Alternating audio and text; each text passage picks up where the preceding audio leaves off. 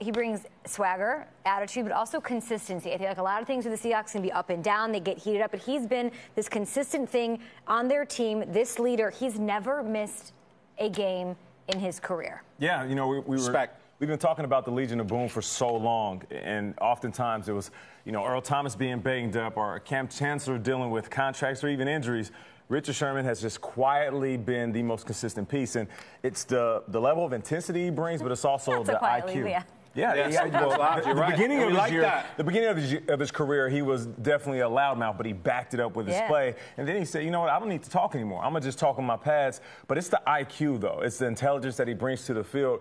That football IQ is something that you can't replace because you have a lot of quarterbacks on that defense. You have Bobby Wagner, of course, Cam, Earl Thomas. But Richard Sherman is right there with him. If you look at him and how they communicate pre-snap, they're one of the best in the game, which is why they've been so good for so long. So this is definitely going to hurt this squad. The question is, what are they going to do once a team comes in and they attack that spot? Because that's the first thing you do as an offense. The offense coordinator is going to come in. He's going to say, this guy's down. As a wide receiver, we're attacking that weakness. As I like to call it, where's Waldo? And now that Richard Sherman is out, they're going to go up top, and they're going to try to test the umbrella of the Seattle defense. He's the brain of that team, is what you're saying, the brain of that defense. I would say, yeah, he's the IQ of that defense, along with Earl Thomas and Bobby Wagner. Those guys kind of work in unison, and Cam Chancellor, of course, but they're going to miss him on the field dearly. Peter Schrager, what do you got on this? Initial reaction to this game and the loss of Richard Sherman. Kyle citing Lieutenant Dan at 7 a.m. Eastern. I love that. You know, Kyle's right, though. It's an unfortunate loss, but this is what good teams deal with. Good teams come back. I feel like this kind of situation is where you see what you have in your locker room, and you see if Jeremy Lane, after being traded to Houston, failing the physical, coming back, can step up. Shaquille Griffin, if he can step up. And, you know, it's interesting with Sherman, of all players. Kay, you nailed it. One of the toughest guys, has never missed a game. Last year, he wrote an article for the Players Tribune in December calling Thursday Night Football, quote, a poop fest, and he has been one of the largest and loudest advocates against Thursday Night Football.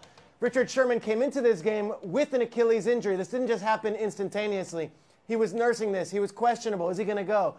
I wonder if Richard Sherman should have played in this game. I know his toughness and this game was so important, but to me, this is the gods of Thursday Night Football. When you lose Frank Clark and you lose Will Hoyt and you lose Jaron Reed and you see Sherman go down, now you've got to look to the rest of the season, and it's almost like you've got to play and plan for Thursday Night Football like it's unlike any game on the schedule. It's just a real unfortunate loss for the NFL. But now Seahawks, for years we've been saying the Legion of Boom, the Legion of Boom, the Legion of Boom. Who's going to step up? Because Earl Thomas and Richard Sherman are not available. Great point on Richard Sherman going into this game. It was almost, I'm not going to say inevitable, but when it happened and he ruptured it, he was like, it happened. It finally happened. Yeah, and I want to cap this off. I know we have to talk about the injuries, but I don't believe there's any other quarterback in the league that has dealt with different types of things than Russell Wilson since he's won a Super Bowl. When you think about losing Marshawn, the inconsistency of the offensive line, guys being banged up on offense and defense, and then himself being banged up without the help of keeping him upright and keeping him clean.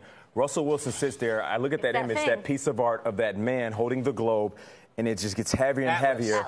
And the title is The Weight is a Gift. He's sitting up there talking after the game with a smile on his face saying, you know what, we got to bounce back. Russell Wilson, I salute you, man, because we don't talk about you enough. You have been the model of consistency on and off the field, and you're going to be the reason why they're successful moving forward.